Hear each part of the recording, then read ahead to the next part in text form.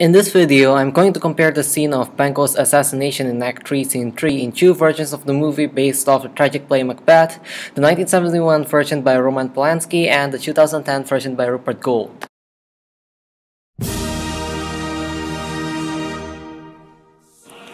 First of all, the time period in the 1971 and 2010 version are very different. The 1971 version of the murder scene is set during 11th century Scotland, while the 2010 version is set during the 1950s capitalist-era Soviet Union. The 1971 version used this kind of setting in order to stay true to the original play, which was also set during that time period. The 2010 version, on the other hand, represented an alternate history related to real events during that time period. The director of the 2010 version used the Soviet Union era as people will understand modern versions better, as that time period is more similar to the audience's daily lives. Sometimes, modern aspects tend to give more strong emotions to the audience. This version also tries to connect Macbeth being a dictator just like Joseph Stalin in the real Soviet Union era. After Macbeth kills King Duncan earlier, the fall of Macbeth and Stalin are similar to each other as they were both murdered in the end. The 1971 version chose the 11th century Scotland setting because the original play was set on that time period.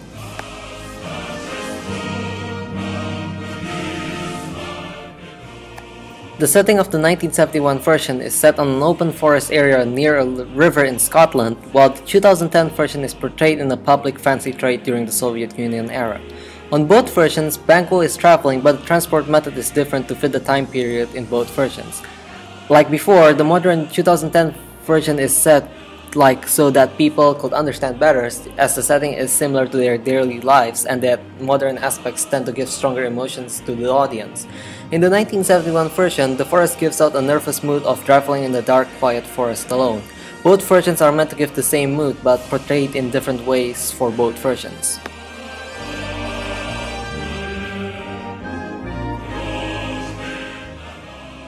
In the 1971 version, only Banquo, Fleance, and the three murderers are present.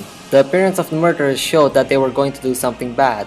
In the 2010 version, on the other hand, featured civilians and the three murderers disguised as the train attendants. Their appearance are different from what they actually are and what they wanted to do due to their disguise. Banquo appeared to be a higher-ranked soldier in the 2010 version as shown earlier in the play, while the 1971 version showed him as a medieval knight instead. The 1971 version gives the audience the feeling that the murderers are straight-out mean. The 2010 version, on the other hand, made them look like a regular person and non-threatening. The whole idea of disguise represents the theme of appearance versus reality.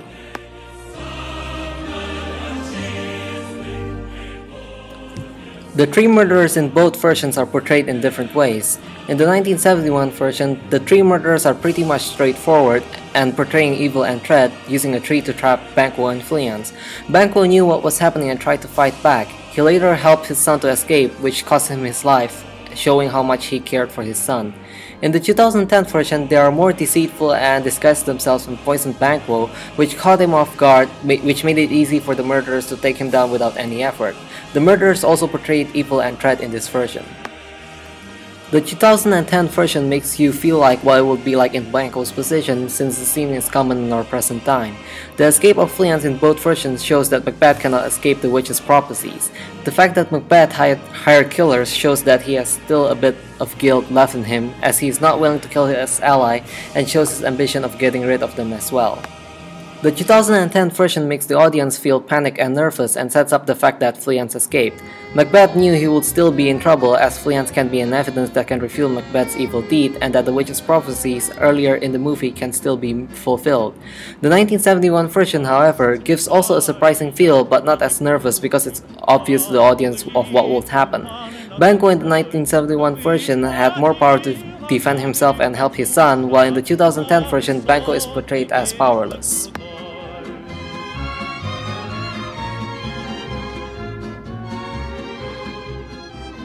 Finally, the props used in both versions are different. In the 1971 version, the murderers use an axe, ropes, and a tree to set up a trap for Banquo and Fleance, and later attack them using daggers and the axe. The characters also appear to use 11th century clothing in this version. The 2010 version shows that the murderers use poison to weaken Banquo, and then use the knife to attack him, and later a firearm to make sure that he is really dead. The characters in this scene appear to wear 19th century clothing. The props used in the 2010 version are more modern than the 1971 version, but the outfits in both versions are suitable to that time period.